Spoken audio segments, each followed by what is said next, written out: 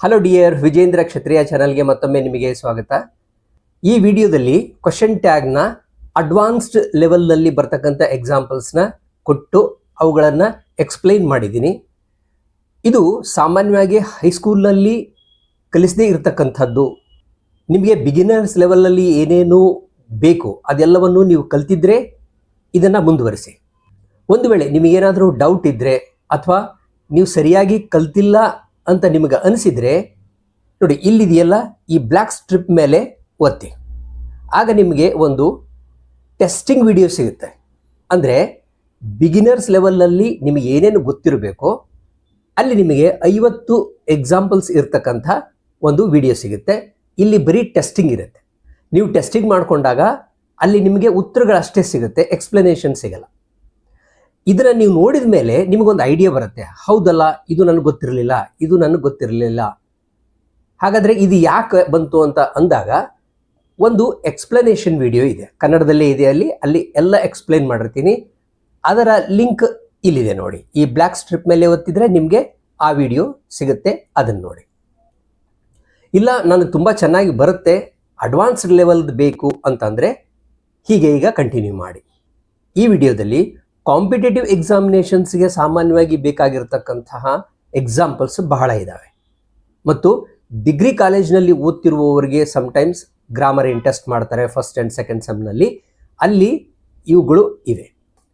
ನೀವು question tags ಹಾಕೋದ್ರಲ್ಲಿ ತುಂಬ ಚೆನ್ನಾಗಿ ಆಗಬೇಕು ಅಂದರೆ ಈ 2 ವಿಡಿಯೋಗಳನ್ನು ನೋಡಬೇಕು. ಬಿಗಿನರ್ಸ್ ಲೆವೆಲ್ 1 ಮತ್ತು ಲೆವೆಲ್ 2ನ ನೋಡಿದಾಗ ನೀವು ಪರ್ಫೆಕ್ಟ್ ಆಗ್ತೀರಾ. ಅಲ್ಲಿವರೆಗೂ ಆಗಲ್ಲ ಅನ್ನೋದು ನನ್ನ ಭಾವನೆ. ತುಂಬ ಗಮನ ಇಟ್ಟು ಕೇಳ್ತಾ ಹೋಗಿ, ಎಲ್ಲಿ ಬರ್ಕೋಬೇಕು ಅಲ್ಲಿ ಬರ್ಕೊಂಡು, ಎಲ್ಲಿ ಟೆಸ್ಟ್ ಮಾಡಬೇಕು ಅಲ್ಲಿ ಟೆಸ್ಟ್ ಮಾಡಿಕೊಳ್ಳಿ. ಓಕೆ, ಮೊದಲು ಒಂದು ಸಣ್ಣ ಟೆಸ್ಟ್ ಇದೆ, ಅದಕ್ಕೋಸ್ಕರ ಪೆನ್ನು ಪೇಪರ್ ಬೇಕಾಗುತ್ತೆ. ವಿಡಿಯೋನ ಪಾಸ್ ಮಾಡಿ ಪೆನ್ನು ಪೇಪರ್ ತಗೊಂಡು ಬನ್ನಿ. ಇಲ್ಲಿ ನಿಮಗೆ 8 ಎಕ್ಸಾಂಪಲ್ಸ್ ಕಾಣಿಸ್ತಿದ್ದಾವಲ್ಲ, ಇವು ಬೇಸಿಕ್ ಲೆವೆಲ್ 1 ಅದರ ಒಂದಷ್ಟು examples.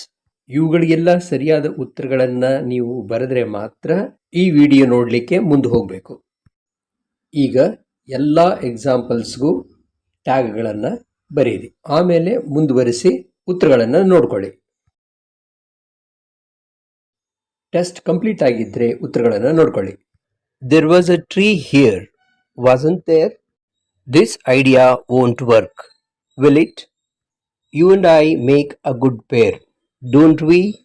Rani made a mistake, didn't she? Nobody has come yet, have they? Some of them will be late, won't they? Women won't participate, will they? Nothing is known about her, is it? ನಿಮ್ಮ ಎಲ್ಲ ಉತ್ತರಗಳು ಸರಿಯಾಗಿದ್ದರೆ ನಿಮಗೆ basic ಲೆವೆಲ್ನ ಜ್ಞಾನ ಇದೆ ಅಂತ ಅರ್ಥ. ಅದಕ್ಕಾಗಿ ಲೆವೆಲ್ 1ನ ವಿಡಿಯೋ ನೋಡುವ ಅಗತ್ಯ ಇಲ್ಲ. ಉತ್ತರಗಳು ತಪ್ಪಾಗಿದ್ದರೆ ನೀವು ಲೆವೆಲ್ 1ನ ವಿಡಿಯೋವನ್ನು ನೋಡಲೇಬೇಕು. ಹಾಗೆ ಮುಂದುವರಿಸಿದರೆ ಪ್ರಯೋಜನ ಆಗಲ್ಲ. ಅದಕ್ಕೆ ಇಲ್ಲಿ ಬ್ಲ್ಯಾಕ್ ಸ್ಟ್ರಿಪ್ ಕಾಣುತ್ತೆ ನೋಡಿ, ಇದರ ಮೇಲೆ ಟಚ್ ಮಾಡಿದರೆ ನಿಮಗೆ ಆ ವಿಡಿಯೋದ ಲಿಂಕ್ ಸಿಗುತ್ತೆ. ಅದನ್ನು ನೋಡಿ ಆ ಲೆವೆಲ್ ಪರ್ಫೆಕ್ಟ್ ಆಗಿ ಇಲ್ಲಿಗೆ ಬನ್ನಿ. ಇಲ್ಲಿಂದ advance level start. Not, doesn't, won't, no one, nothing, never and none. ವಾಕ್ಯಗಳಲ್ಲಿ ಈ ಶಬ್ದಗಳಿದ್ದಾಗ ಆ ಸ್ಟೇಟ್ಮೆಂಟ್ ನೆಗೆಟಿವ್ ಆಗಿರುತ್ತೆ. ಅದಕ್ಕಾಗಿ ಟ್ಯಾಗ್ಸ್ ಯಾವಾಗಲೂ ಪಾಸಿಟಿವ್ ಆಗಿರ್ತವೆ. ನೋಡಿ, ಟ್ಯಾಗ್ನ ಮೊದಲ ಪಾರ್ಟ್ ಹೇಗಿರುತ್ತೆ ಅಂತ ನೋಡಿಕೊಳ್ಳಿ. Am not becomes am, doesn't becomes does, won't becomes will, turned becomes did, is remains is, will remains will and is remains is. ಈಗ ಅಡ್ವಾನ್ಸ್ಡ್ ಲೆವೆಲಲ್ಲಿ ತಿಳ್ಕೋಬೇಕಾಗಿದ್ದು ಇನ್ನೊಂದಿದೆ. ಇನ್ನೂ ಕೆಲವು ಶಬ್ದಗಳಿವೆ, ನೋಡೋಕೆ ಪಾಸಿಟಿವ್ ಸೆಂಟೆನ್ಸ್ ಥರ ಕಾಣುತ್ತೆ, ಆದರೆ ನೆಗೆಟಿವ್ ಆಗಿರ್ತವೆ. It matters is positive but it doesn't matter is negative. This is already known to you. ಆದರೆ ಇಟ್ ಹಾರ್ಡ್ಲಿ ಮ್ಯಾಟರ್ಸ್ ಅನ್ನೋದು ಕೂಡ negative. Next, I know is positive and I do not know is negative. ಆದರೆ little I know ಅನ್ನೋದು ಕೂಡ negative. ಅದೇ ಥರ she walked ಅನ್ನೋದು positive, she did not walk ಅನ್ನೋದು ನೆಗೆಟಿವ್. ಆದರೆ ಶಿ ಬೇರ್ಲಿ ವಾಕ್ಡ್ ಅನ್ನೋದು ಕೂಡ negative. The words hardly, little and barely make the sentence negative. ಬರೀ ಲಿಟಲ್ ಅನ್ನೋದು ನೆಗೆಟಿವ್ ಆದರೆ ಅ ಲಿಟಲ್ ಅನ್ನೋದು ಪಾಸಿಟಿವ್. ಈ ವಿಷಯ ನಿಮಗೆ ಗೊತ್ತಿತ್ತಾ?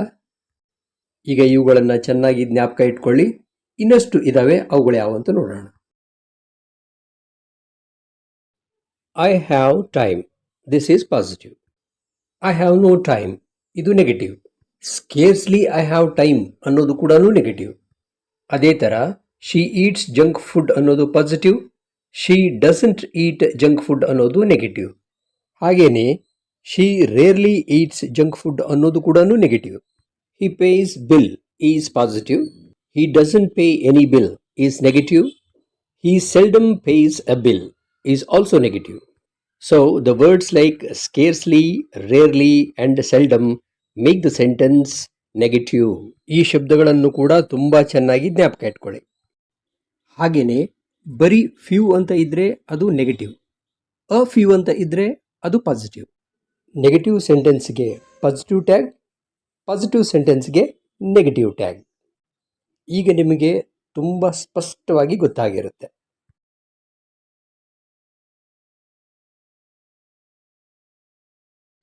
ಈಗ ನಿಮ್ಮ ಪ್ರಾಕ್ಟೀಸ್ಗೋಸ್ಕರ ಇಲ್ಲಿ 6 ಎಕ್ಸಾಂಪಲ್ಸ್ನ ಕೊಟ್ಟಿದ್ದೀನಿ. ವಿಡಿಯೋ ನಿಲ್ಲಿಸಿ ಟ್ಯಾಗ್ ಬರೆದು ನಂತರ ಉತ್ತರಗಳನ್ನು ನೋಡ್ಕೊಳ್ಳಿ. Nothing matters, does it? It hardly matters, does it? None can ever suspect you, can they? They seldom visit us, do they? He rarely gets angry, does he? She scarcely attends the meeting, does she? ಈಗ ಮುಂದೆ ಹೊಸ type ಎಕ್ಸಾಂಪಲ್ಸ್ನ ನೋಡೋಣ. ಈಗ video ನಿಲ್ಲಿಸಿ ನೀವು ಒಂದ್ಸಲಿ try ಮಾಡಿ ನೋಡಿ. ಇವು ಇಂಪೆರೇಟಿವ್ ಸೆಂಟೆನ್ಸಸ್. ಇವು ಡೈರೆಕ್ಟ್ಲಿ ವರ್ಬ್ಲಿಂದ ಸ್ಟಾರ್ಟ್ ಆಗಿದ್ದಾವೆ. ಸಬ್ಜೆಕ್ಟ್ ಯು ಅನ್ನೋದು ಸೈಲೆಂಟ್ ಇದೆ. ಇದು ಬರೀ ಓಪನ್ ದ ಡೋರ್ ಅಲ್ಲ, ಯು ಓಪನ್ ದ ಡೋರ್ ಅಂತ. ಯು ಸೈಲೆಂಟ್ ಇದೆ. ಇಂಥ ವಾಕ್ಯಗಳಿಗೆ ಸಾಮಾನ್ಯವಾಗಿ ವಿಲ್ ಯು ಅಥವಾ ಓಂಟ್ ಯು ಅನ್ನುವ ಟ್ಯಾಗ್ಗಳನ್ನು ಉಪಯೋಗ ಮಾಡ್ತೀವಿ. ಇದು ಹೇಳುವ ರೀತಿಯ ಮೇಲೆ ಡಿಪೆಂಡ್ ಆಗಿರುತ್ತೆ. ಕೋಪದಿಂದ ಹೇಳಿದರೆ ವಿಲ್ ಯು ಉಪಯೋಗ ಮಾಡ್ತೀವಿ, ವಿನಮ್ರತೆಯಿಂದ ಹೇಳಿದರೆ ಓಂಟ್ ಯು ಅನ್ನು ಉಪಯೋಗ ಮಾಡ್ತೀವಿ. Forgive me, will you? You may also use won't you. Next sentence, mind your language. ಸಾಮಾನ್ಯವಾಗಿ ಇದನ್ನು ನಾವು ಸಿಟ್ಟಿನಿಂದನೇ ಹೇಳ್ತೀವಿ, ಅದಕ್ಕೆ ಇದು will you ಮಾತ್ರ. Have some mercy, will you or won't you? Please come in. ನೋಡಿ, ಇದನ್ನು ಅತಿ ವಿನಮ್ರತೆಯಿಂದ ಹೇಳಿರೋದ್ರಿಂದ won't you ಉಪಯೋಗ ಮಾಡಬಹುದು. ಅದಲ್ಲದೆ wouldn't you ಅಂತಲೂ ಉಪಯೋಗ ಮಾಡಬಹುದು. ಇಲ್ಲಿ ಅದೇ ತರಹದ ಆದರೆ ನೆಗೆಟಿವ್ ಸೆಂಟೆನ್ಸಸ್ ಇದ್ದಾವೆ. Don't smoke, will you? Never quit, will you? Shouldn't try it, should you? Don't ever say no, will you? Ought not touch bribe, ought one? ಇಲ್ಲಿ ಕೂಡ ವಿಲ್ ವೋಂಟ್ ಉಪಯೋಗ ಆಗಿವೆ. ಇಲ್ಲಿ ಕೊನೆಯಲ್ಲಿ ಒನ್ ಅಂತ ಯಾಕೆ ಉಪಯೋಗ ಮಾಡಿವೆ ಅಂದರೆ ಇದು ಎದುರಿಗಿರೋ ವ್ಯಕ್ತಿಗೆ ಹೇಳಿದ್ದಲ್ಲ, ಇದನ್ನು ಜನರಲ್ ಆಗಿ ಯಾವುದೋ ಒಬ್ಬ ವ್ಯಕ್ತಿ ಅಂತ ಹೇಳಿದ್ದು. ಈ ವಾಕ್ಯದ ಅರ್ಥ ಲಂಚವನ್ನು ಮುಟ್ಟಬಾರದು ಅಂತ. ಡೋಂಟ್ ಟಚ್ ಬ್ರೈಬ್ ಅಂತ ಇದ್ದಿದ್ದರೆ ಆಗ ವಿಲ್ ಯು ಆಗ್ತಾ ಇತ್ತು. ಎಷ್ಟೋ ಹೊಸ ವಿಷಯಗಳನ್ನು ತಿಳ್ಕೊಳ್ತಾ ಇದ್ದೀರಾ. ಈಗ ಇಲ್ಲಿರುವ ವಾಕ್ಯಗಳಲ್ಲಿ ಸಬ್ಜೆಕ್ಟ್ ಅಂದರೆ ಕರ್ತೃ ಶಾರ್ಟ್ ಫಾರ್ಮ್ನಲ್ಲಿ ಇದ್ದಾವೆ. ಇಲ್ಲಿ ಕೆಲವು ಸಲ ಸ್ವಲ್ಪ ಕನ್ಫ್ಯೂಷನ್ ಇರುತ್ತೆ, ಅದಕ್ಕೋಸ್ಕರ ಸರಿಯಾಗಿ ಗಮನಿಸಬೇಕು. ಮೊದಲನೇ ವಾಕ್ಯ ಇಟ್ಸ್ ಸೋ ನೈಸ್ ಅಂತಿದೆ, ಅದು ಇಟ್ ಈಸ್ ಸೋ ನೈಸ್ ಅಂತ, ಅದಕ್ಕೆ ಟ್ಯಾಗ್ ಈಸಂಟ್ ಇಟ್ ಅಂತ ಆಗುತ್ತೆ. ಎರಡನೇ ವಾಕ್ಯ ಐ ಆಮ್ ಆನೆಸ್ಟ್ ಅಂದರೆ ಐ ಆಮ್ ಆನೆಸ್ಟ್, ಇದಕ್ಕೆ ಟ್ಯಾಗ್ ಏಂಟ್ ಐ ಅಂತ ಆಗುತ್ತೆ. ನೋಡಿ, ಇಲ್ಲಿ ಇವೆರಡು ಒಂದೇ ಥರ ಕಾಣಿಸ್ತವೆ. ಮೂರನೇದು ಹಿ ಈಸ್ ಆದರೆ ನಾಲ್ಕನೇದು ಹಿ ಹ್ಯಾಸ್, ಅದಕ್ಕೆ ಮೂರನೇ ವಾಕ್ಯಕ್ಕೆ ಈಸಂಟ್ ಹಿ ಅಂತ ಬರುತ್ತೆ, ನಾಲ್ಕನೇ ವಾಕ್ಯಕ್ಕೆ ಹ್ಯಾಸ್ ಹಿ ಬರುತ್ತೆ. ಐದನೇ ವಾಕ್ಯದಲ್ಲಿ ಇದು ಶಿ ಹ್ಯಾಡ್ ಅಥವಾ ಶಿ ವುಡ್ ಅನ್ನುವ ಕನ್ಫ್ಯೂಷನ್ ಇರುತ್ತೆ. ಮುಂದೆ ರ್ಯಾದರ್ ಅಂತ ಇದೆಯಲ್ಲ, ಇದು ಇರೋದ್ರಿಂದ ಅದು ಶಿ ವುಡ್, ಅದಕ್ಕೆ ಟ್ಯಾಗ್ ವುಡಂಟ್ ಶಿ.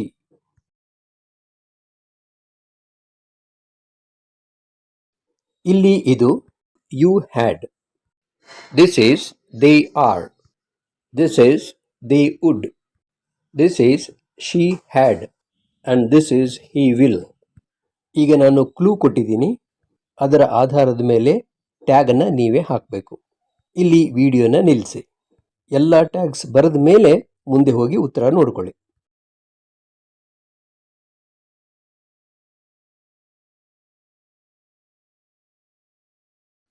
ಈಗ ನೀವು ನಿಮ್ಮ ಉತ್ತರಗಳನ್ನು ಚೆಕ್ ಮಾಡ್ಕೊಳ್ಳಿ, ಸರಿ ಇದಾವ ಅಂತ.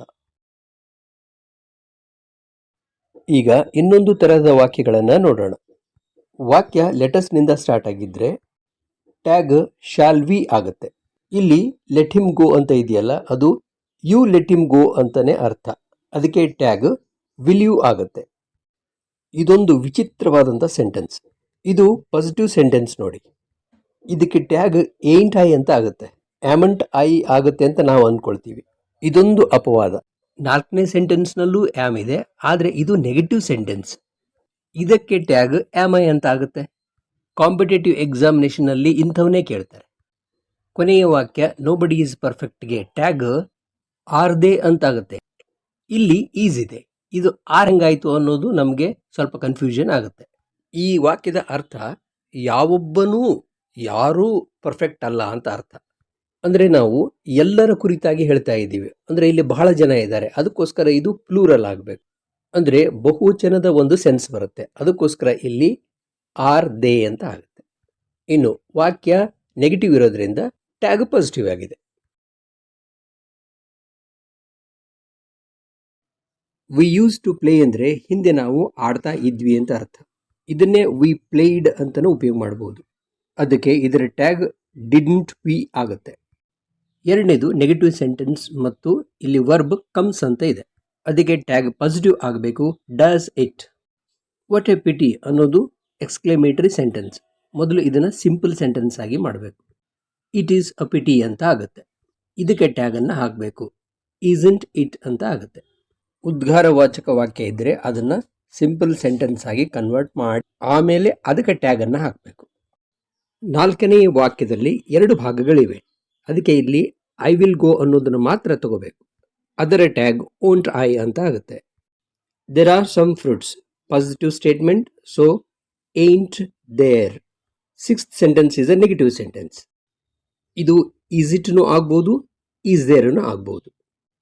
ಈ ವಿಷಯವಾಗಿ ಗ್ರಾಮರ್ ಎಕ್ಸ್ಪರ್ಟ್ಸ್ನಲ್ಲಿ ಕೂಡ ಒಮ್ಮತ ಇಲ್ಲ.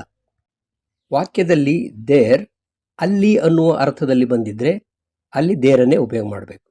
ಇನ್ನು ದೇರನ್ನು ಡಮ್ಮಿ ಸಬ್ಜೆಕ್ಟ್ ಆಗಿ ಉಪಯೋಗ ಮಾಡಿದರೆ, ಅಂದರೆ ಇಂಟ್ರೊಡಕ್ಟರಿ ದೇರ್ ಆಗಿತ್ತು ಅಂದರೆ ಅಲ್ಲಿ ದೇರ್ ಉಪಯೋಗ ಆಗಲ್ಲ, ಇಟ್ ಅಥವಾ ದೇ ಉಪಯೋಗ ಆಗುತ್ತೆ.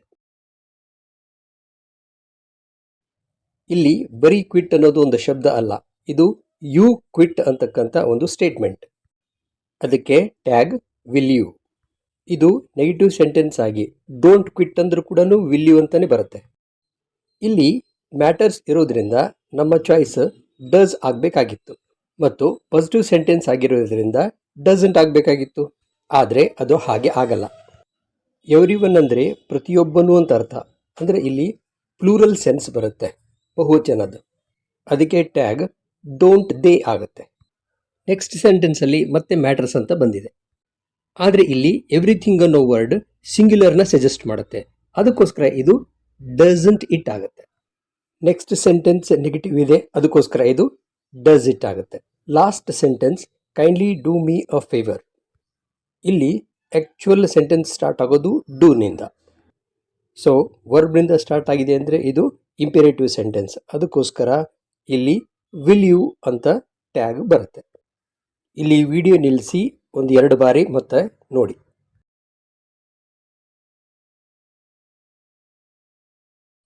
ಮೊದಲನೇ ವಾಕ್ಯದಲ್ಲಿ 2 ಭಾಗಗಳಿದೆ. ಇಲ್ಲಿ ನಾವು ರಾಣಿ ವಿಲ್ ಪಿಕಪ್ ಅನ್ನೋದನ್ನು ಮಾತ್ರ ತಗೋಬೇಕು. ಅದಕ್ಕೆ ಇಲ್ಲಿ ಟ್ಯಾಗ್ ಓಂಟ್ ಶಿ ಅಂತ ಆಗುತ್ತೆ. ಸಾರಿ ಪ್ಲೀಸ್ ಎಕ್ಸ್ಕ್ಯೂಸ್ ಮೀ, ಇಲ್ಲಿ ಕೇವಲ ಎಕ್ಸ್ಕ್ಯೂಸ್ ಮೀ ಅನ್ನೋದು ಮಾತ್ರ ತಗೋಬೇಕು. ಸೊ ಟ್ಯಾಗ್ ವಿಲ್ ಯು ಆಗುತ್ತೆ. One should do one's duty well. The tag would be shouldn't one. ಮುಂದಿನ ಸೆಂಟೆನ್ಸ್ ಪಾಸಿಟಿವ್ ಆಗಿರೋದ್ರಿಂದ ಈಸ್ ಇದ್ದದ್ದು ಈಸಂಟ್ ಆಗುತ್ತೆ. Unfair means to get a degree ಅನ್ನೋದು ಒಂದು ಕಾರ್ಯ, ಅಂದರೆ ಏಕವಚನ. So the tag would be isn't it. He said that he would come. ಇದರಲ್ಲಿ ಕೂಡ ಎರಡು ಭಾಗಗಳಿದೆ. ಅದಕ್ಕೆ ನಾವು ಇಲ್ಲಿ he would come ಅನ್ನೋದನ್ನು ಮಾತ್ರ ತಗೋಬೇಕು. ಅದಕ್ಕೆ ಟ್ಯಾಗ್ wouldn't he ಆಗುತ್ತೆ. ಕಲೀಲೇಬೇಕು ಅನ್ನುವ ಹಠ ಮತ್ತು ತುಂಬ ಪೇಷನ್ಸ್, ತಾಳ್ಮೆ ಇರುವವರು ಮಾತ್ರ ಇಲ್ಲಿವರೆಗೂ ಬರಲಿಕ್ಕೆ ಸಾಧ್ಯ. I appreciate you dear. ಇಷ್ಟೊಂದು ಉಪಯುಕ್ತ ವಿಡಿಯೋ ಅಂದಮೇಲೆ ಒಂದು ಲೈಕ್ ಕೊಡಲೇಬೇಕು. ಹಾಗೆ ಕಮೆಂಟ್ ಬಾಕ್ಸಲ್ಲಿ ಎಕ್ಸಲೆಂಟ್ ಅಂತ ಕೂಡ ಬರೀರಿ.